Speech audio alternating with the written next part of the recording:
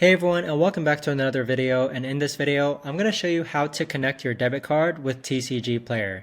Now this video is going to be particularly useful for individuals who want to go ahead and connect their new debit card with TCGPlayer. How do you actually go ahead and do that?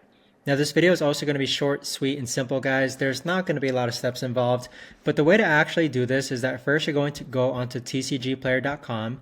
Then you're going to click on this icon right here in the upper right hand corner, and then you're going to click on Manage Payment Methods. Once you click on Manage Payment Methods, you need to fill out all this information as far as your name, card number, security code, address, first name, last name, city, state, zip code. Fill out all this information to the best of your ability and then click on Add Card.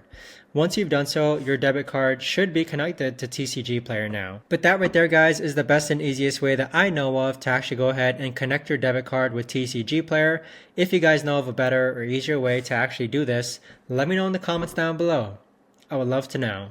Thanks so much for watching, everyone, and I'll see you guys all in the next video.